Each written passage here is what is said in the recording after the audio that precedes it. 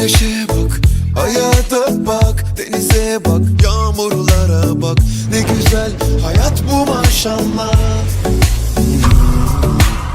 Sağına bak, soluna bak, insanlara mutlulukla bak. Ne güzel hayat bu maşallah. Assalamualaikum warahmatullahi wabarakatuh.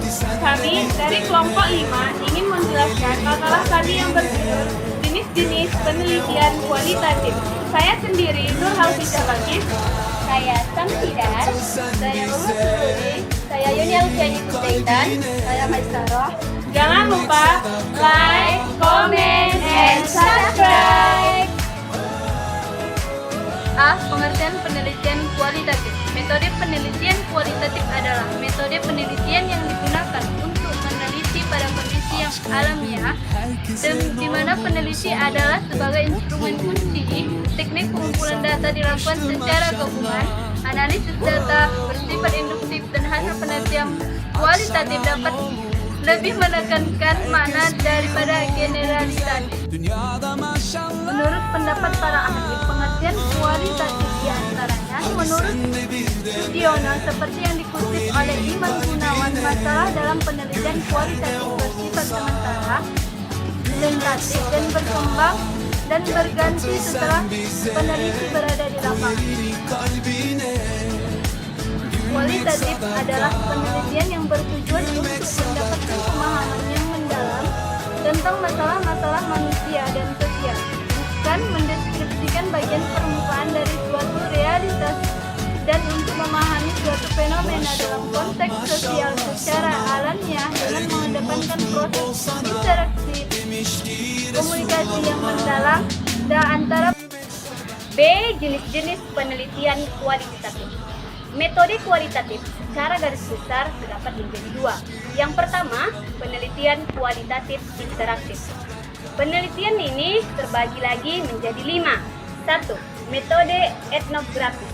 Metode ini adalah analisis deskriptif atau rekonstruksi dari gambaran dalam budaya dan kelompok. Studi etnografis yaitu mendeskripsikan dan menginterpretasikan budaya, kelompok, sosial, atau sistem. Dalam pendidikan dan kurikulum, difokuskan pada salah satu kegiatan inovasi seperti pelaksanaan model kurikulum, terintegrasi, berbasis kompetensi, pembelajaran kontekstual, dan lain sebagainya. 2. Metode fenomenologis. Penelitian ini menghimpun data dengan konsep, pendapat, pendirian sikap, penilaian, dan pemberian makna terhadap situasi atau pengalaman dalam kehidupan. Ketiga, metode historis, yaitu metode yang meneliti tentang peristiwa-peristiwa yang telah lalu atau di masa lampau.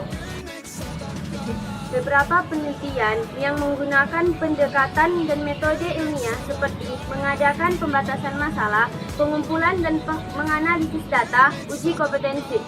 Salah satu ciri khas dari penelitian histori ini yaitu periode waktu, kegiatan, peristiwa, karakteristik, nilai-nilai kemajuan, dan bahkan kemunduran dilihat dan dikaji dalam konteks waktu.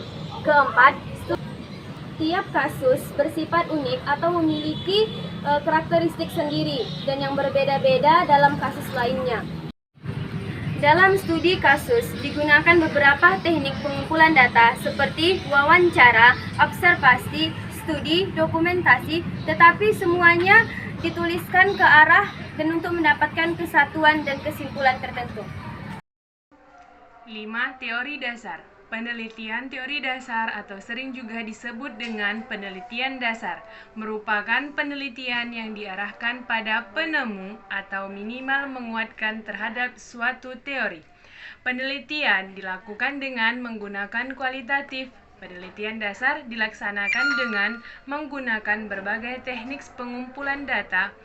Diadakan cek-recek ke lapangan, studi perbandingan, antar kategori, fenomena, dan situasi melalui kajian induktif, deduktif, dan verifikasi sampai pada teknik jenuh.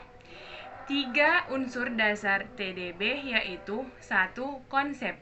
Konsep adalah satuan kejadian dasar karena hal itu dibentuk dari rekapitulasi data, bukan data itu sendiri. 2.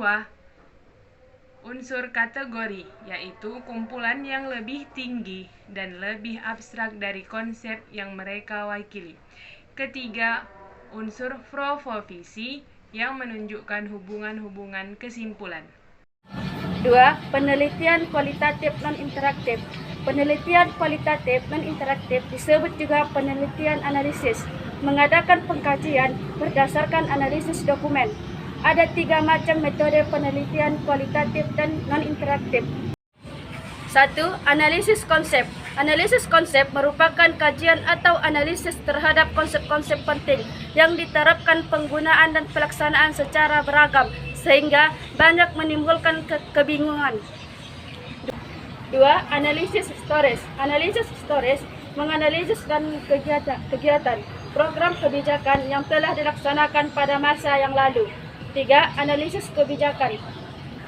Analisis kebijakan menganalisis berbagai dokumen yang berkenaan dengan kebijakan tertentu, kebijakan otonomi daerah dalam pendidikan, ujian akhir sekolah, pembiayaan pendidikan, dan lain sebagainya. Alhamdulillahirrabbilalamin. Demikianlah penjelasan makalah kami. Kami akhiri dengan wassalamualaikum warahmatullahi wabarakatuh.